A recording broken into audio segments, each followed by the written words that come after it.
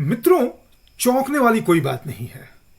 ना ही मैं आपको चौंकाने की कोशिश करूंगा, लेकिन हाँ इतना जरूर कहूंगा, क्योंकि ऐसा कहने से हो सकता है कि मैं आपका अटेंशन थोड़ी और गहराई से आकर्षित कर सकूं। एक चौंकाने वाली खबर आपसे साझा करने जा रहा हूं। ऐसा कह करके मैं आपको चौंकाने की कोशिश नहीं कर रहा हूं, क्योंकि जो खबर मैं आपसे साझा करने वाला हूं उसमें चौंकाने वाली कोई बात नहीं है। तो आइए मित्रों, मैं शिवचरण सिंह आपका स्वागत करता हूं समसामयिक विषयों की चर्चा के इस सत्र में, जहां एक ऐसी खबर के साथ हम रूबरू होंगे जो यदि वास्तव में खबर बन जाती है तो वह हमें चौंकाएगा नहीं बल्कि हमें बिलबिलाएगा, क्योंकि उस खबर का नाम ही है पैगंबर Mohammad bill 2021।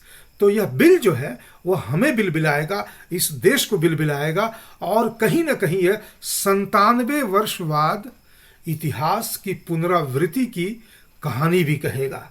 97 years after certain event, history will revisit us in a similar fashion। तो आइए हम लौट के आते हैं वर्तमान में, जहां हम चर्चा करेंगे पैगंबर मोहम्मद बिल 2021। ये है क्या? ये है क्या? इसकी चर्चा करने के पहले आप ये समझ लें कि इसकी पृष्ठभूमि क्या है। मित्रों, 1400 वर्षों के इतिहास में जब से इस्लामिक इन्वेजन्स हमारे देश में शुरू होते हैं, तब से लेकर के आज तक में इस्लाम की जानकारी, इस्लाम के रक्त रंजित क्रूर पन्नों की जानकारी जितनी मुखरता, स्पष्टता और जनसंख्या की दृष्टि से जो इन बातों की रिच है, इन बातों की जो प्रभाव उत्पादकता है, उस नाते आज का समय बड़ा ही फर्टाइल है, बड़ा ही मुखर है, क्योंकि आज सैकड़ों नहीं, हजारों नहीं, लाखों की संख्या में लोग ऐसे हैं जो इस्लाम के रक्त रंजित चरित्र को समझ रहे हैं और जागरूक हो रहे हैं। ऐसे ही समय में जब कुरान और इस्लाम के पक्षकारों को ऐसा लगता है कि अरे कहीं ऐसा ना हो कि ये लोग धीरे धीरे जागरूक होते होते मुस्लिम समाज के लोगों को भी मोहम्मद और इस्लाम और कुरान के सही चरित्र को बता दे, क्योंकि पाकिस्तान, अफगानिस्तान, अरब, इंडोनेशिया, मलेशिया और तमाम ऐसे जो अफ्रीकन एशियन मुस्लिम कंट्रीज हैं, वहाँ के मुसलमान धीरे धीरे जागरूक होकर के और कहीं चुप रह करके, कहीं अपने आइडेंटिटी को छिपा करके और कभी कभी मुखरता से वो इस्लाम की मुखालफत कर रहे हैं, क्योंकि उन्हें लगा कि इसमें जिस तरह से मजहब या पंथ की बात की जाती है वैसा तो कुछ है नहीं। ये तो ठीक एक कम्युनिस्ट पार्टी की तरह हिंसा में विश्वास करने वाली एक ऐसी संस्था या एक ऐसा गलत रास्ता है जिस पे चलने के बाद ये जो जहन्नुम की आग कहते हैं और के लिए, ये तो स्वयं इसके मानने वाले ही उस दोजख या जहन्नुम में जाएंगे, क्योंकि ऐसा कोई जन्नत है ही नहीं जो क्रूरता और हिंसा के रास्ते से मिले। वैसे में इस्लाम और कुरान के पैरवीकार यह चाहेंगे ही नहीं कि यह बात और जागरूकता और अधिक फैले, इसलिए उन्होंने इस कानून को लगभग ड्राफ्ट कर लिया है और इसे वो भारत में लागू करवाने के लिए एक दरवाजे की खोज भी कर ली है इन लोगों ने, और उस दरवाजे से इसे लाने वाले हैं। अब मैं आपको बताऊं कि वे कौन से लोग हैं और वह कौन सा दरवाजा है जिससे ये इस कानून को लाएंगे। तो सबसे पहले आप समझ लें कि इस कानून का पूरा नाम इन लोगों ने ड्राफ्ट में रखा है पैगंबर Mohammad and other religious hates prohibition of slander act 2021, और इसको और कहेंगे तो इस रूप में कि हेट स्पीच प्रिवेंशन 2021। कौन लोग हैं जो इसे लाना चाहते हैं? एक संस्था है महाराष्ट्र में जिसे कहते हैं वंचित बहुजन अघाड़ी, जिसका नेतृत्व करता है प्रकाश अंबेडकर नामक व्यक्ति। एक दूसरी संस्था है रजा एकेडमी। एक तीसरी संस्था है तहफ्फुज नामूसे रिसालात। इन तीन संस्थाओं ने मिलकर के, जिसके पीछे ये तमाम मुस्लिम एंटी नेशनल कम्युनिस्ट लोगों का पूरा सपोर्ट और इंटेलेक्चुअल टूल किट टाइप का बैकअप है, इन लोगों ने इसे ड्राफ्ट कर लिया है। और महाराष्ट्र सरकार के माध्यम से इस संस्था को लाने की पूरी तैयारी है। और महाराष्ट्र सरकार क्यों लाएगी इसे? क्योंकि इतिहास में भी आप देखिए, जिस समय मैं 97 वर्ष पहले की बात कर रहा हूं, उस घटना का जिक्र करूंगा आगे, कि उस समय कौन था केंद्र में? ब्रिटिश गवर्नमेंट, और बाकी के राज्यों में कांग्रेस थे, या समाज में कांग्रेस का वर्चस्व था राजनीतिक जीवन में। तो आज भी वही है। आज भी महाराष्ट्र में उद्धव ठाकरे की सरकार, शिवसेना की सरकार, कांग्रेस और एनसीपी नेशनलिस्ट कांग्रेस पार्टी की बैसाखियों पर टिकी है। यही कांग्रेस लाएगी इस बिल को। अब इस बिल में क्या है, इसकी चर्चा करने के पहले आपको एक बात बता दें कि इस बिल का एकमात्र उद्देश्य है कि यदि कोई भी कल को खुल करके कुरान, मोहम्मद पैगंबर, इस्लाम, हदीस इत्यादि की चर्चा करेगा, जिसमें गाहे बगाहे मोहम्मद की चर्चा होगी, तो वैसा करने वाले को इस कानून के तहत उन्हें पनिश किया जाएगा, उन्हें प्रोहिबिट किया जाएगा, और उनके ऊपर जुर्माना के साथ साथ उन्हें कारावासित करने की भी व्यवस्था होगी। अब मैं बारंबार यह क्यों कह रहा हूं कि 97 वर्ष बाद ऐसा हो रहा है, तो थोड़ा सा हमें इतिहास में चलना होगा और झांकना होगा कि कल को क्या हुआ था। तो मित्रों, मैं बात कर लूं कि जब गांधी नामक व्यक्ति साउथ अफ्रीका से भारत आया था, तो मुसलमानों को उनका मसीहा मिल गया, एक दूसरा पैगंबर मिल गया। अगर गांधी को अगर हम कह दें कि सेकंड प्रॉफिट ऑफ इस्लाम, तो इसमें किसी भी तरह की अतिशयोक्ति नहीं होगी, क्योंकि उसके आने के बाद, उसके पहले से ही मुसलमान कौन से चुप बैठे हुए थे, लेकिन उसके आने के बाद उनकी जो वाचालता है, मुखरता मैं नहीं कहूँगा, वाचालता इतनी बढ़ गई थी कि 1923 में उन्होंने हिंदुओं को अपमानित करने के लिए 2 पुस्तकें लिखी। हिंदू देवी देवताओं को अपमानित करने के लिए पुस्तकें लिखी गई, और साथ साथ महर्षि दयानंद के खिलाफ भी बातें लिखी गई। 1924 में आर्य समाज से जुड़े हुए एक व्यक्ति हुआ करते थे, पंडित चमुपति लाल। पंडित चमुपति लाल उस समय के आर्य समाज के एक बड़े ही मुखर नेता हुआ करते थे, महाशय राजपाल के बड़े ही घनिष्ठ मित्र थे। उन्होंने कहा कि ये मुसलमान तो अपने मनमानी पने में कहीं रुकने का नाम नहीं ले रहे हैं, हमें क्या करना चाहिए। तो उन्होंने ही, पंडित चमुपति लाल ने सुझाव दिया कि मैं एक पुस्तिका लिखूंगा जिसका आधार पूरी तरह से हदीस और कुरान होगा, और उस आधार पर मैं इन्हें दिखाऊंगा कि तुम्हें सबसे पहले तो कोई गलत बात कहने का अधिकार तो तुम्हारे ऊपर, जो तुम अपने आप को मान रहे हो कि कह पा रहे हो, वो है नहीं, लेकिन जरा तुम अपने आप को निहारो। और उन्होंने एक पुस्तक लिखी जो इतिहास में बहुत ही प्रसिद्ध हुआ, जिसका नाम था रंगीला रसूल। लेकिन जिस प्रकार से गांधी, नेहरू, जिन्ना इत्यादि लोग मुसलमानों के एक तरह से प्रॉफिट बने हुए थे, वैसे में पंडित चमुपति लाल डर गए, और उन्होंने महाशय राजपाल से कहा कि आप उनकी आइडेंटिटी को रिवील ना करें, नहीं तो ये मुल्ले कठमुल्ले इन्हें जिंदा नहीं छोड़ेंगे। इस पर महाशय राजपाल ने लेखक का नाम हटा दिया, और वो अपने तरफ से इसे प्रकाशित और विक्रय इत्यादि करने लगे। परिणाम क्या होता है कि थोड़े दिनों के बाद जब इस पुस्तक का प्रभाव और इसकी प्रतियां लोगों के बीच पहुंचती है, तो मुसलमानों के होश उड़ जाते हैं, और वे लोग लाहौर हाईकोर्ट में एक केस कर देते हैं। उस समय तक इंडियन पीनल कोड, अब इंडियन पीनल कोड का थोड़ा सा इन ब्रीफ आपको बता दूं कि इंडियन पीनल कोड जो है, वो लॉ कमीशन ऑफ इंडिया के एक्ट के तहत ब्रिटिश पार्लियामेंट ने 1834 में इसको प्रस्तावित किया, लेकिन इसे भारत में लागू किया 1862 में, 1862 में। तो इंडियन पीनल कोड की धारा का सेक्शन है एक 153A, जिसमें कि किसी भी 2 कम्युनिटी या फिर समाज में रिलीजियस ग्राउंड्स पे किसी तरह से कोई एनिमिटी ना हो, इसको प्रोहिबिट करने की का ये सेक्शन है। इसके तहत लाहौर हाई कोर्ट ने कहा कि देखो भाई, इसमें आईपीसी 153A के तहत तो कोई मामला बनता नहीं है। यद्यपि ये रंगीला रसूल ऑफेंसिव है, लेकिन इसमें हमें ऐसा कुछ नहीं मिलता जिसे हम आईपीसी 153A के तहत इसमें पनिशेबल ऑफेंस नहीं मानते, इसलिए इसको कोर्ट ने इसको खारिज सा कर दिया। लेकिन वे तो मुल्ले मौलवी थे, जिन्ना इत्यादि ने मिल करके ब्रिटिश सरकार को फोर्स किया कि वे एक ऐसा सेक्शन लाएं आईपीसी में जो इस तरह की बातों को पनिश करता हो।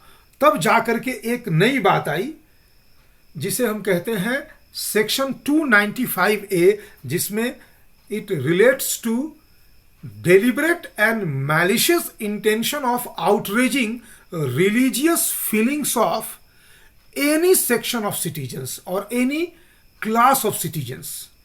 इसके तहत इसमें फाइन भी रखा गया और 3 साल तक की सजा भी मुकर्रर की गई यदि कोई व्यक्ति मैलिशियस और डेलिबरेट इंटेंशन के साथ किसी भी क्लास ऑफ सिटीजन्स के रिलीजियस फीलिंग्स को आउटरेज करता हो तो।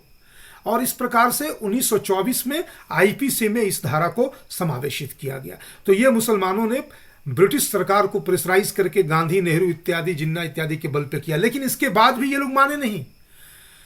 आजकल की फिल्मों में आप स्लीपर सेल की कहानियां सुनते होंगे कि कुछ जो इस्लामी जिहादी लोग हैं वो दूर बैठ करके प्लान करते हैं और फिर जो इनोसेंट लोग हैं उन्हें यह समझाते हैं कि तुम्हारे पैगंबर, तुम्हारे कुरान, तुम्हारे हदीस और तुम्हारे इस्लाम को लोग आउटरेज कर रहे हैं, उसके खिलाफ काम कर रहे हैं, तो तुम्हारा ये जिहादी ड्यूटी होता है कि तुम उनके खिलाफ काम करो। और देखिए यही स्लीपर सेल की कहानी को 6 सितंबर 1929 को दोहराई जाती है, जब इस तरह के मुल्ले मौलवियों ने मिल करके, उस समय एक कारपेंटर था इल्मुद्दीन, उसको वो कहते हैं, जो अनपढ़ गंवार था, वो कुछ भी नहीं पढ़ना जानता था, हिंदी उर्दू कुछ भी नहीं जानता था। उसे उन लोगों ने कहा कि तुम्हें एक आदमी को जा करके सिर्फ इसलिए मार देना है क्योंकि वो इस्लाम के खिलाफ है और ये तुम्हारे जिहाद का कर्तव्य है, ये तुम्हारा जिहादिक ड्यूटी है कि तुम ऐसा करो। और वह जाता है और महाशय राजपाल जो अपनी दुकान पर बैठे होते हैं उन्हें वो चाकुओं के 8 वार से गोद के मार डालता है। यह तो कहानी हुई उस समय की। अब हम बात करते हैं कि ठीक उसी चीज को रिपीट करने की तैयारी है, लेकिन क्या ये जो ब्लास्फेमी की बात हम करते हैं, क्या वास्तव में मोहम्मद पैगंबर बिल 2021 या पैगंबर Mohammad and other religious hates prohibition of cylinder act 2021 या फिर हेट स्पीच प्रिवेंशन 2021 की जरूरत है भारत में? आप सबसे पहले भारतीयों यानी हिंदुओं का मानस समझें। हम अपना मानस समझें। हम इतने धर्म भीरू लोग हैं कि कई बार हम अपने ऊपर तमाम कष्ट झेल करके भी किसी के भी रिलीजियस फीलिंग्स को किसी कीमत पर हम आउटरीच नहीं करते हैं।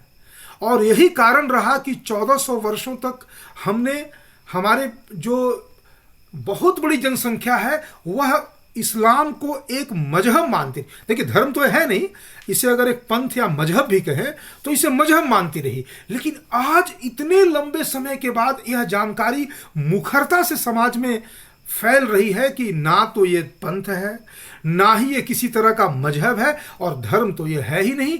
यह तो एक ऐसे व्यक्ति का फितूर है जो असुर, दानव या कोई क्रूर मानव था, जिसने इस तरह की खतरनाक कहानी को, अपने मन के कुत्सित विचारों को, अपने मन के तमाम अमानवीय विकारों को निकाल करके कुरान नामक ग्रंथ में पिरो दिया और लाखों नहीं करोड़ों लोगों को उस विष के प्रभाव में आज तक प्रभावित किए हुए है। तो यह जो जागरूकता आई, और ऐसी जागरूकता नहीं है कि कोई मनगढ़ंत बातों पे टिकी हुई है।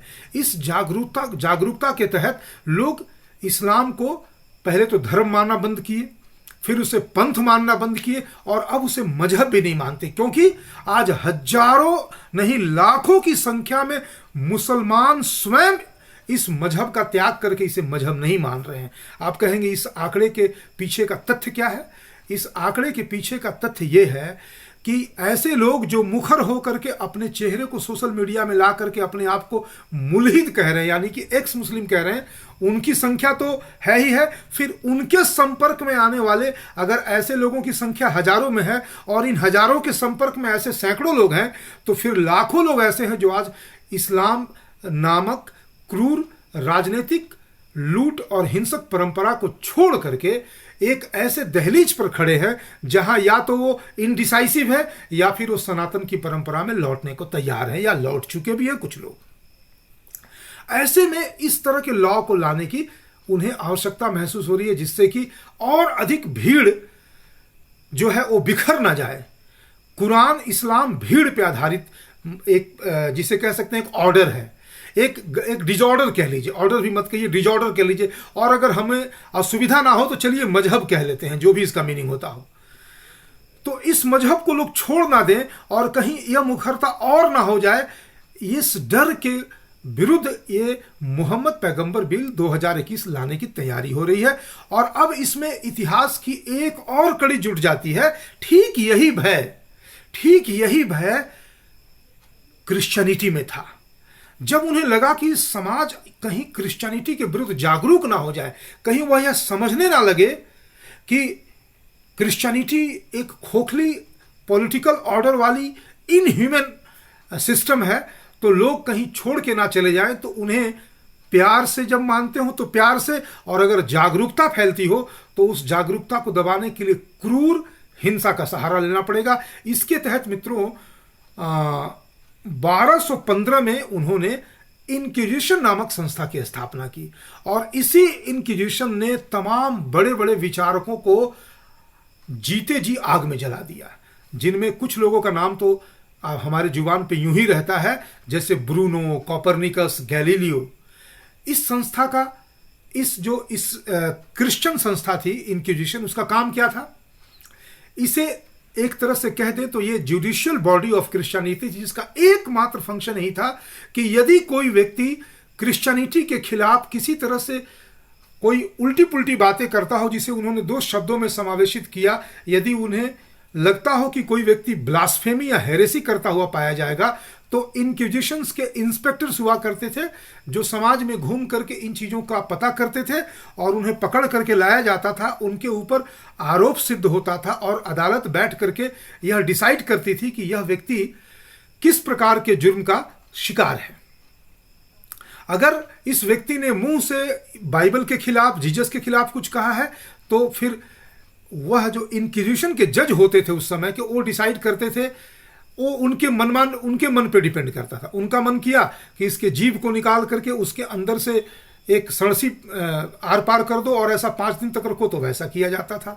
उन्हें अगर लगे कि गले में कुछ गोल सा लगा के उसके अंदर नट बोल्टू कस दो, तो वैसा करते थे।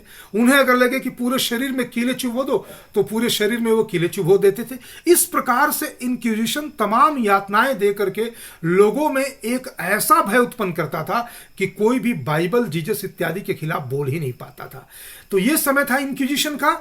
लेकिन 17वीं शताब्दी में जब फ्रेंच रिवॉल्यूशन हुआ और लोगों के अंदर हर पुरानी परंपरा के विरुद्ध बोलने की एक जबरदस्त क्षमता आने लगी, तो इन्हें भय लगा कि इस इंक्विजिशन को हम आगे तक नहीं चला सकते। तो इन लोगों ने 1215 में शुरू की हुई इंक्विजिशन को 17वीं शताब्दी में फ्रेंच रिवॉल्यूशन के लाइट में इसे डिसबैंड कर दिया। लेकिन डिसबैंड किया यूरोप में। बाकी जितने भी जगह ये गए, वो कहीं ना कहीं लोकल तरीके से इस तरह के इंक्विजिशन को स्थापित किया। तो आपको बता दूं कि जब भारत में आता है, जेवियर किस्म के लोग जब आते हैं, तो यहाँ पर गोवा इंक्विजिशन भी लागू होता है, जो अभी जब तक अंग्रेजों से पूरी तरह से भारत को एक तरह से कहने कि अंग्रेजों को जब तक भगाया नहीं गया, तब तक वो गोवा में गोवा इंक्विजिशन लागू था और गोवा इंक्विजिशन के तहत लाखों लोगों को मारा गया। कुछ वैसी तैयारी आज वो कर नहीं सकते हैं। आज वो ना तो इंक्विजिशन की तैयारी कर सकते हैं, ना ही वो खिलाफत भारत में ला सकते हैं, ना ही वो किसी तरह का हदीस और सरिया का लॉ पूरे के पूरे समाज पे ला सकते हैं। आज ना ही वो कंडीशन है कि वो जजिया लगा सकते हैं।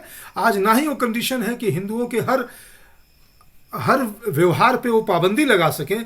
तो ऐसे में उन्हें पिछला दरवाजा ढूंढना पड़ता है। कल तक उनका जो उनका आका हुआ करता था मुसलमानों का, वो ब्रिटिश था, गांधी था, नेहरू था। लेकिन आज तो उनका कोई ऐसा आका नहीं है। उनका एक टिमटिमाता हुआ तारा या बुझता हुआ दीपक है कांग्रेस।